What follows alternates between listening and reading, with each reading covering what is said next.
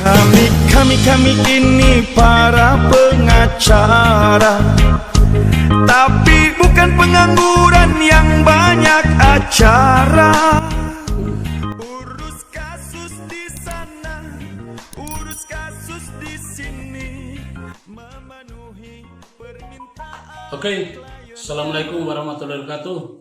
Salam sejahtera untuk kita semua. Selamat sore. Jumpa lagi hari ini di acara edukasi dan motivasi. Saudara, dari mimbar Equality Before the Law, saya ingin menyampaikan atau menanggapi terkait yang saat ini lagi viral, di mana negara kita sedang berduka karena pertambahan atau karena COVID. Alhamdulillah, kalau informasi yang saya dapatkan dengan pemberlakuan PPKM ini lumayan efektif. Cuma hari ini saya ingin urun rembuk terkait adanya viral penerapan PPKM di lapangan yang menimbulkan kontroversial. Saudara sebangsa dan setanah air, saya pengacara Guntur Laremba, aktivis penggiat hukum pejuang kebenaran.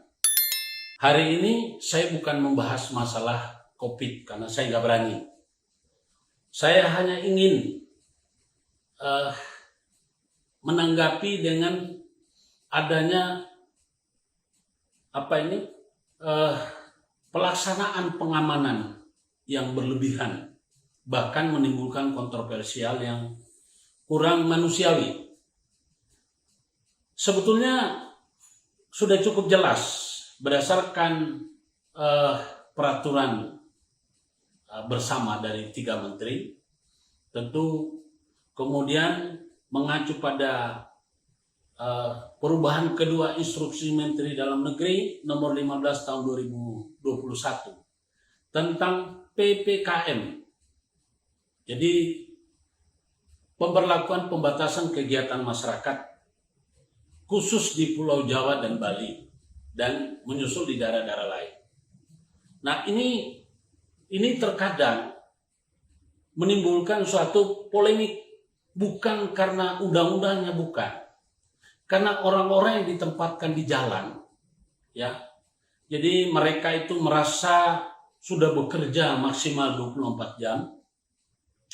Kemudian masyarakat yang mau lewat itu dilarang. Jadi mohon dengan sangat hormat, terima kasih saya sebagai pribadi maupun sebagai ketua Firma Hukum Mahkamah Kebenaran, saya sampaikan terima kasih sebesar-besarnya kepada seluruh petugas yang ada di lapangan. Hanya mohon Bapak-bapak dalam hal melaksanakan PPKM. PPKM itu adalah pemberlakuan pembatasan. Jadi kita harus kembali kepada doktrin kalimat daripada pembatasan, bukan pelarangan. Jadi harap diingat, pembatasan kegiatan masyarakat artinya dibatasi. Berdasarkan undang-undang itu ada kelompok yang namanya non-esensial. Itu dianjurkan untuk bekerja 100% bekerja dari rumah saja. Jadi namanya work from home. Sedangkan golongan non-esensial itu bekerja work from home. Jadi artinya untuk sementara waktu bekerja di rumah saja dengan menggunakan fasilitas internet.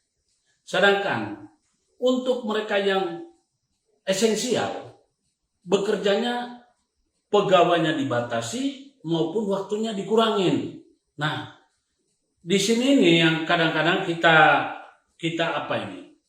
sedih. Karena golongan esensial ini kan dibenarkan 50%. Tetapi petugas di lapangan seolah-olah melarang. Ini harus bisa dibedakan, Pak. Bapak-bapak ini kan menerapkan PPKM ini kan berdasarkan instruksi Menteri nomor 15 tahun 2021. Jangan sampai ini ada kesan Anda melampaui wewenang. Nah, salah satu contoh yang terjadi di Jakarta itu, ya, Pas Pampres itu adalah kelompok kritikal. Jadi kelompok esensial 50% bekerja. Sedangkan kelompok kritikal 100%. Dan non esensial diharapkan untuk sementara bekerja di rumah saja dulu. Artinya untuk sementara, bukan untuk selamanya. Nah, ini petugas di lapangan, saya tidak ngerti apakah pimpinannya itu bisa baca atau enggak. Atau mereka itu adalah robot. Jadi mohon kepada masyarakat, seperti kita tahu, di awal-awal penerapan itu banyak tenaga kesehatan yang tidak dibolehkan. Nah ini yang berbahaya ini. Jadi aturannya sudah jelas ada, tapi mereka melakukan melampaui, akhirnya mengganggu. Jadi sekali lagi kami mohon kepada para tolong mari.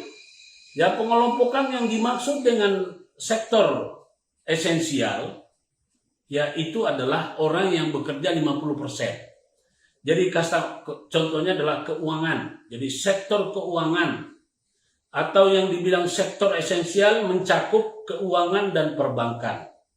Meliputi asuransi bank, pegadaian, dana pensiun, dan lembaga pembiayaan yang berorientasi pada pelayanan fisik dengan pelanggan, customer. Itu namanya esensial. Esensial itu berarti bekerja 50%. Kemudian pasar modal yang berorientasi pada pelayanan dengan pelanggan, customer, dan berjalannya operasi pasar modal secara baik. Yang keempat, yang tiga, teknologi informasi dan komunikasi meliputi operator seluler, data center, internet, pos, media terkait dengan penyebaran informasi. Jadi maksudnya jurnalis ya, kepada masyarakat. Perhotelan dan non penanganan karantina. Itu esensial. Yang kelima, industri yang berorientasi pada ekspor, di mana pihak perusahaan harus menunjukkan bukti contoh dokumen pemberitahuan ekspor barang. Jadi ada syarat-syaratnya selama 12 bulan terakhir. Jadi bukan berarti perusahaan baru masuk, kemudian tiba-tiba dia menyodorkan keterangan bahwa kami berorientasi pada apa. Dia ada syaratnya. Lalu ya itulah kira-kira.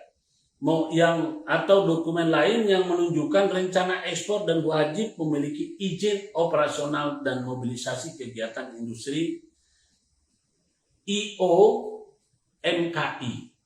Nah, ini jadi istilahnya izin operasi mobilisasi kegiatan industri. Itu untuk yang namanya esensial. Jadi golongan atau kelompok esensial, mereka masih bisa melakukan aktivitas 50%. Sehingga para pegawainya yang masuk di situ, itu mereka dengan cukup menunjukkan surat. Dan harusnya sudah disosialisasi. Ya. Sedangkan untuk kelompok yang namanya sektor kritikal, yang mencakup seperti apa? Kesehatan. Jadi tenaga kesehatan itu nggak boleh dihalangi. Ya. Kemudian keamanan dan ketertiban masyarakat. Nah ini coba Anda lihat. Saya lihat itu yang viral di mana-mana itu, nakes-nakes itu ditutup nggak boleh lewat. Kemudian kemarin yang terakhir itu, pengamanan Pas Pampres. Itu objek vital nomor 1 di Indonesia itu kalau Pas Pampres. Bukan cuma di Indonesia, di seluruh dunia. Kemudian polisi-polisi ini mohon maaf Pak, menunjukkan arogansinya seperti mereka itu adalah ini berbahaya sekali. Mohon maaf. Bapak-bapak memang bertugas 24 jam. Karena bapak memang digaji oleh negara menggunakan uang rakyat untuk melayani masyarakat. Itu namanya abdi masyarakat. Ya. Jadi tidak boleh ada kami bekerja 24 jam, mau 1000 jam kek. Ya. Memang aparatur negara itu sudah dibayar itu, bahkan kadang-kadang belum bekerja sudah dicanangkan bayarannya, ya. Kemudian penanganan bencana, ya, itu udah boleh. Kemudian energi, logistik, transportasi, dan distribusi terutama untuk kebutuhan pokok masyarakat. Itu kritikal. Mereka 100% harus support. Nah, kalau dihalangi, dilarang, mana esensial, mana kritikal. Jadi seolah-olah orang yang di lapangan itu, maaf ya, apa ini? Gak punya panduan. Lalu makanan dan minuman serta menu penunjang, termasuk untuk ternak, hewan peliharaan. Itu kebutuhan hewan saja dimasukkan pada kelompok kritikal, ya. Kemudian pupuk dan petrokimia, semen dan bahan bangunan, objek vital nasional. Nah, seperti kalau pas Pampres itu objek vital nasional, sangat vital itu, bukan cuma sekedar keamanan. Dan perlu diketahui, cara yang dipertontonkan itu kepolisian kemarin itulah gambaran bahwa arogansi. Mereka jadi pengamanan tapi nggak punya SOP tentang bagaimana cara mengamankan, ya. Lalu proyek strategi nasional, konstruksi infrastruktur publik, ya. Lalu utility dasar, misalnya listrik, air, dan pengolahan sampah. Ini adalah kelompok kritikal. Jadi sungguh sangat disayangkan kepada kita apabila, ya, Anda menjaga yang namanya menjadi pengamanan memenuhi permintaan saya.